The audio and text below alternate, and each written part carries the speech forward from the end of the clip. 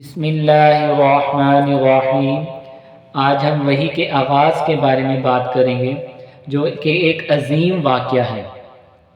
نبی اکرم صلی اللہ علیہ وآلہ وسلم کی زندگی کا سب سے اہم اور بابرکت واقعہ وحی کا آغاز ہے جو اسلام کے پیغام کی بنیاد اور نبوت کے اعلان کا پہلا قدم تھا۔ اس واقعے نے نہ صرف نبی اکرم صلی اللہ علیہ وآلہ وسلم کی زندگی کو بدل دیا بلکہ پوری انسانیت کے لیے ہدایت کا دروازہ کھولا۔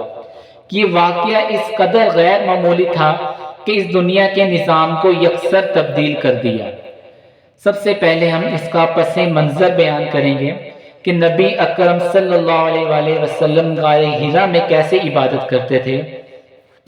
نبی محمد صلی اللہ علیہ وآلہ وسلم کی عمر 40 سال کے قریب تھی جب آپ صلی اللہ علیہ وآلہ وسلم کو نبوت سے نوازا گیا۔ نبوت سے پہلے آپ صلی اللہ علیہ وآلہ وسلم مکہ کے گناہوں، بت پرستی اور معاشرتی ناہمواریوں سے بہت پریشان تھے۔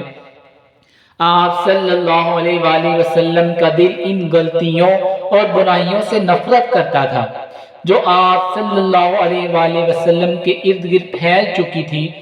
ان حالات میں آپ صلی اللہ علیہ وآلہ وسلم نے مکہ سے تھوڑی دور پہاڑ نور میں واقع غار حرا میں تنہائی اختیار کر لی تھی، جہاں آپ صلی اللہ علیہ وآلہ وسلم کئی دنوں تک اللہ کی عبادت میں مصروف رہتے تھے۔ غار حرا ایک چھوٹی سی غار ہے جہاں سے مکہ شہر اور خانہ کعبہ کا ایک خوبصورت منظر نظر آتا ہے۔ آپ صلی اللہ علیہ وآلہ وسلم وہاں بیٹھ کر اللہ کی عبادت میں مشغول رہتے، اس کی عظمت کو سمجھتے اور ان سوالات پر غور کرتے تھے جو آپ صلی اللہ علیہ وآلہ وسلم کے ذہن میں پیدا ہوتے تھے کہ اس کائنات کا مقصد کیا ہے، انسان کی تخلیق کیوں ہوئی، اللہ کی رضا حاصل کرنے کا صحیح طریقہ کیا ہے۔ تو اب ہم دوسرا پہلو جانتے ہیں کہ وحی کا نزول کیسے ہوا، حضرت جبرائیل کی آمد کیسے ہوئی۔ ایک رات جب نبی صلی اللہ علیہ وآلہ وسلم غار حرا میں اللہ کی عبادت کر رہے تھے تو اچانک ایک عظیم و شان واقعہ پیش آیا۔ حضرت جبرائیل علیہ السلام کا پیغام لے کر آپ صلی اللہ علیہ وآلہ وسلم کے پاس آئے۔ اس وقت نبی صلی اللہ علیہ وآلہ وسلم کو ایسا محسوس ہوا جیسے آسمان اور زمین کے تمام طاقتیں ایک ساتھ جمع ہو گئی ہیں۔ حضرت جبرائیل علیہ السلام ایک روشن ہستی کی شکل میں نمودار ہوئے اور نبی اکرم صلی اللہ علیہ وآلہ وسلم کو مخاطب کرتے ہوئے کہا، اقرا یعنی پڑھ۔ نبی صلی اللہ علیہ وآلہ وسلم نے جواب دیا، ما انا بقارئ یعنی میں پڑھا ہوا نہیں ہوں۔ اس کے بعد حضرت جبرائیل علیہ السلام نے دوبارہ کہا، اقرا، لیکن نبی کریم صلی اللہ علیہ وآلہ وسلم نے پھر وہی جواب دیا۔ تیسری مرتبہ حضرت جبرائیل علیہ السلام نے نبی صلی اللہ علیہ وآلہ وسلم کو اپنے سینے سے لگایا اور کہا، اقرا بسم ربک الذی خلق، مطلب اب پڑھ اپنے رب کے نام سے جس نے پیدا کیا۔ یہ قرآن کی پہلی آیات تھی جو نبی صلی اللہ علیہ وآلہ وسلم پر نازل ہوئی اور یہ وحی کا آغاز تھا۔ اب ہم تیسرا پہلو جانیں گے، نبی اکرم صلی اللہ علیہ وآلہ وسلم کا رد عمل۔ وحی کا یہ تجربہ نبی صلی اللہ علیہ وآلہ وسلم کے لیے غیر متوقع اور غیر معمولی تھا۔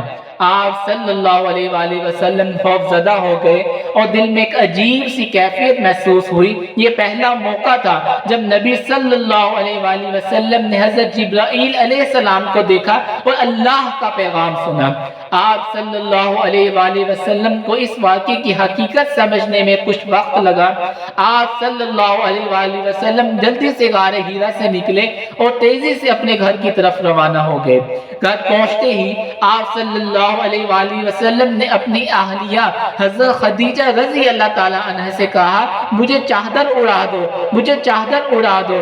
حضرت خدیجہ رضی اللہ تعالیٰ عنہ نے فوراً آپ کو چادر اڑا دی اور آپ صلی اللہ علیہ وآلہ وسلم کو سکون دلانے کی کوشش کی۔ اب ہم چوتھا پہلو جانیں گے کہ کیسے حضرت خدیجہ نے ان کا حوصلہ دلایا۔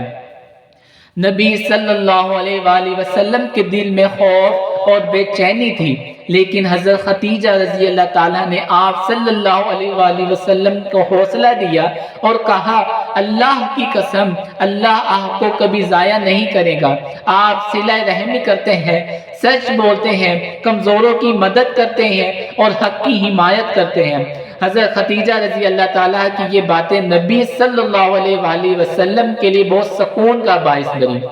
حضرت خدیجہ رضی اللہ تعالیٰ نے نبی صلی اللہ علیہ وآلہ وسلم کو ورقہ بن نوفل کے پاس لے جانے کا فیصلہ کیا، جو ایک بزرگ اور اہل کتاب عالم تھے۔ ورقہ نے جب نبی صلی اللہ علیہ وآلہ وسلم کی بات سنی تو کہا، یہ وہی فرشتہ ہے جو حضرت موسیٰ علیہ السلام پر نازل ہوتا تھا۔ انہوں نے نبی صلی اللہ علیہ وآلہ وسلم کو نبوت کی خوشخبری دی اور کہا، آپ کو اللہ نے اپنا آخری رسول چنا ہے۔ اب ہم پانچواں پہلو جانیں گے، وحی کا تسلسل اور پیغام کی ابتدا۔ اس واقعے کے بعد وحی کا نزول مسلسل ہوتا رہا اور نبی صلی اللہ علیہ وآلہ وسلم کو اللہ کا پیغام انسانیت تک پہنچانے کا حکم دیا گیا۔ سورۃ العلق کی ابتدائی آیات وہ پہلی وحی تھی اور اس کے بعد مختلف مواقع پر قرآن نازل ہوتا رہا، جو قیامت تک مسلمانوں کے لیے رہنمائی کا ذریعہ بنا۔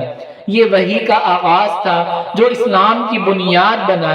اس واقعے نے نبی کرم صلی اللہ علیہ وآلہ وسلم کو انسانیت کا سب سے عظیم رہنما اور اللہ کا آخری نبی بنایا۔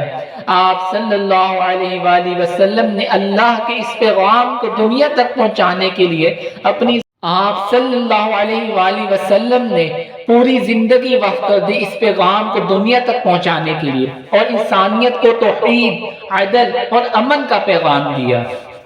اب ہم چھٹے پہلو کی طرف آئیں گے کہ وحی کے آغاز کی اہمیت۔ وحی کا آغاز ایک ایسا واقعہ تھا جو نہ صرف نبی صلی اللہ علیہ وآلہ وسلم کے لیے بلکہ پوری انسانیت کے لیے اللہ کا چشمہ بنا۔ یہ اللہ کی طرف سے وہ پہلا رابطہ تھا جس نے لوگوں کو ان کے خالق کی پہچان دی اور زندگی گزارنے کے حقیقی حصول سکھائے۔ آج بھی یہ وحی مسلمانوں کے لیے ہدایت کا بنیادی ذریعہ ہے اور قرآن مجید کی صورت میں ہمیشہ کے لیے محفوظ ہے۔ یہ واقعہ نبی صلی اللہ علیہ وآلہ وسلم کی نبوت کی پہلی کرن تھی جس نے اندھیرے میں روشنی کا پیغام دیا اور انسانیت کو ایک نئے دور میں داخل کیا۔